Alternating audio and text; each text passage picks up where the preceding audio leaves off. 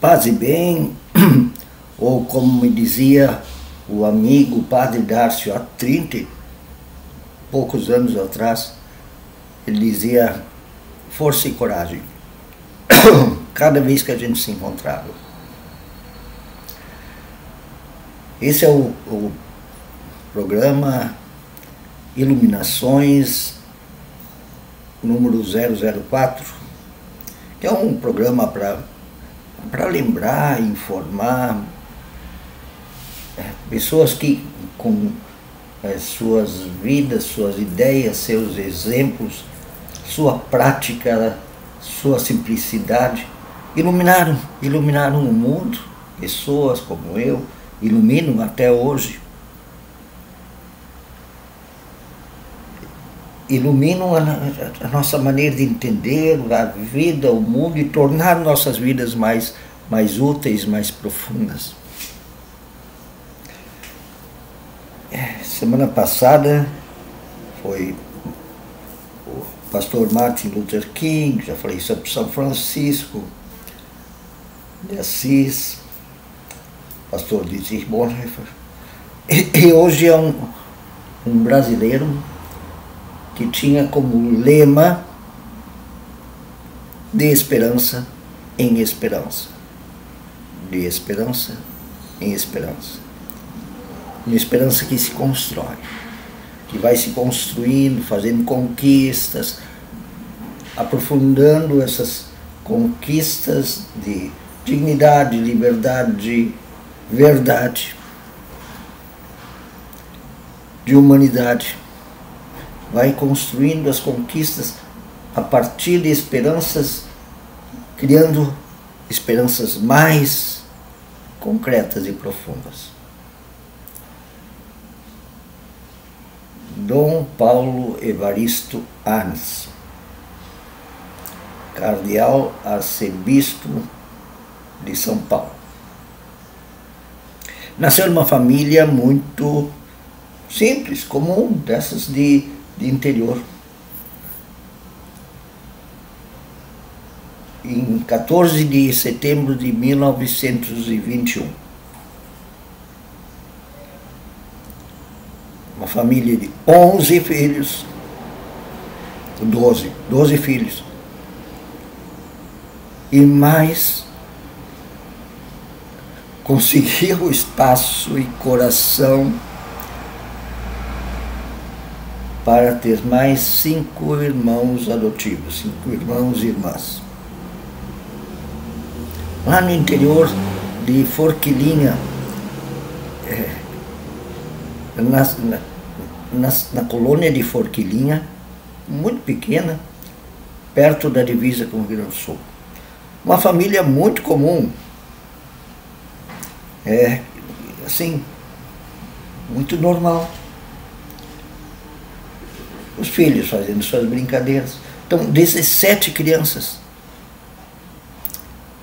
Dizem, olha, nossos pais eram muito econômicos no xingar. Eram muito calmos. E exigiram que todos os seus filhos fizessem toda a educação possível. Fossem à aula o mais possível. Tanto que muitos se formaram em universidades, até fizeram pós-graduações, doutorados.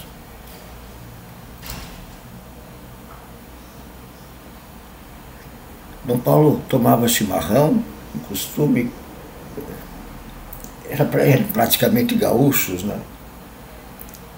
Eram gaúchos de Santa Catarina. Como ele foi ser padre, aos 20 e poucos anos, em São Paulo, ele virou corintiano. Depois foi ser padre no Rio de Janeiro, em 1955. Lá trabalhou muito nas periferias de Petrópolis, com famílias carentes. Foi à França, onde trabalhou recebendo em hospitais e casas de recuperação, recebendo vítimas da Segunda Guerra.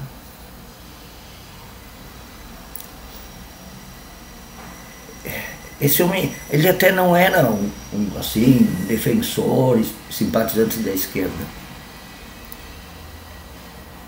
Não antes de 1964. Em 1964, ele já estava em São Paulo. Mas como ele tinha muita experiência, muita simpatia pelo trabalho na periferia, com gente pobre, assim que foi dado o golpe militar, não foi uma revolução, foi um golpe militar no Brasil, imediatamente os militares mandaram um agente do DOPS procurar Dom Evaristo e lhe dizer o que ele podia e não podia fazer. O que ele podia e não podia dizer.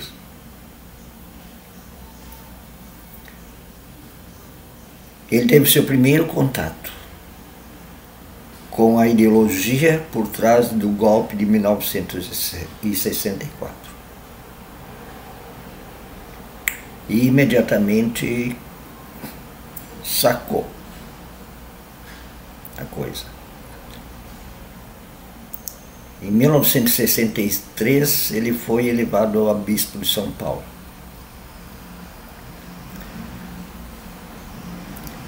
E começou a ter contato com os primeiros presos políticos e torturados da ditadura. Principalmente 4 padres ele ia visitar frequentemente nos quartéis, nas prisões da ditadura. Um dia lhe apareceu uma freira que lhe contou as torturas terríveis, humilhantes que sofreu nos quartéis, com choques, sentindo o cheiro da própria pele queimada, tendo que ficar nua diante de soldados. Eles diziam: ou você tira a roupa, ou nós vamos tirar tua roupa e vai ser pior. Disseram para aquela freira.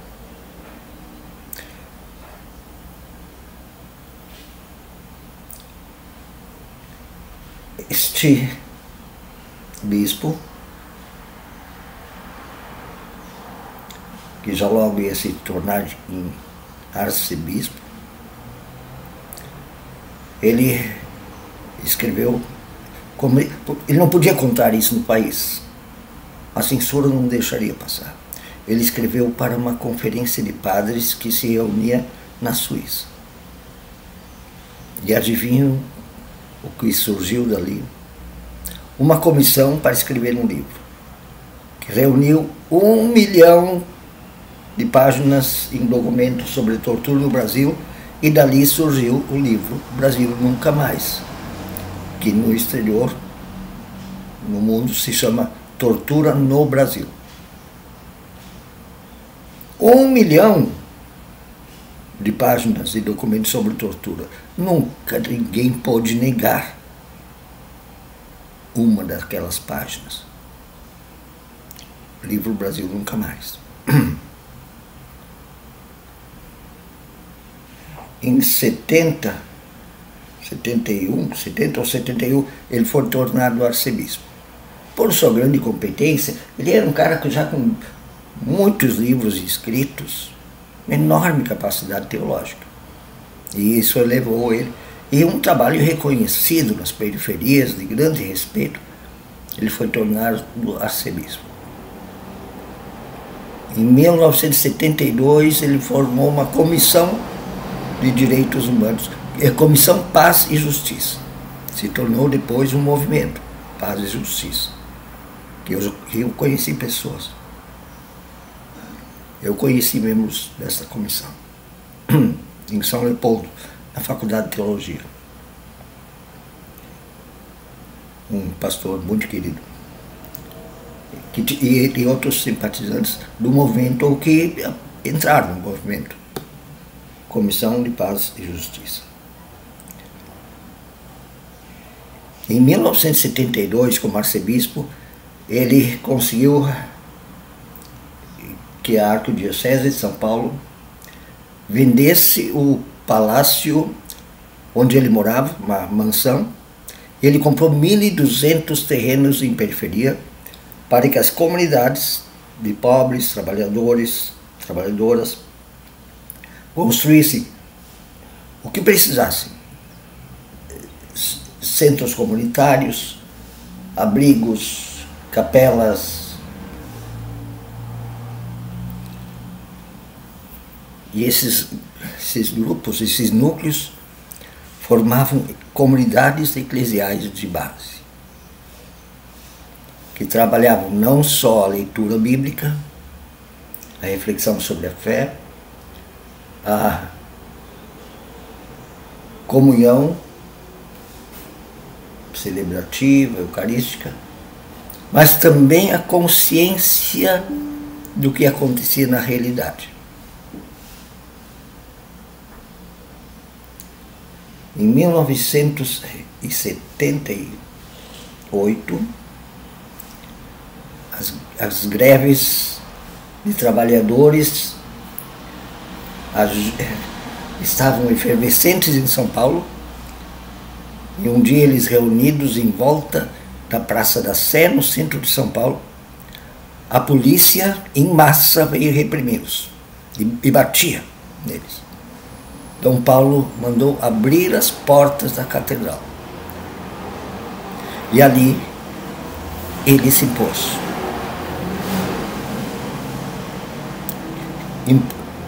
Ele provocou, com toda a consciência.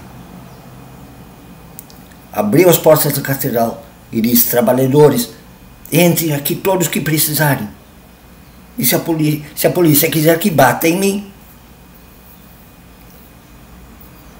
cobrou o respeito de grande parte da população brasileira,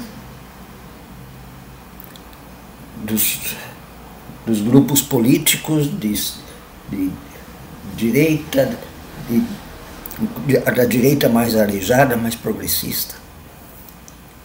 E a Catedral da Sé se tornou um centro político de resistência à tortura, à censura, à intervenção nas escolas, intervenção nas universidades. Ele se tornou um herói da resistência. O Bispo Coragem formou a Pastoral da Criança. Sua irmã, Zilda Arns, morreu no Haiti durante o terremoto com sua Pastoral da Criança. Tremenda humanidade.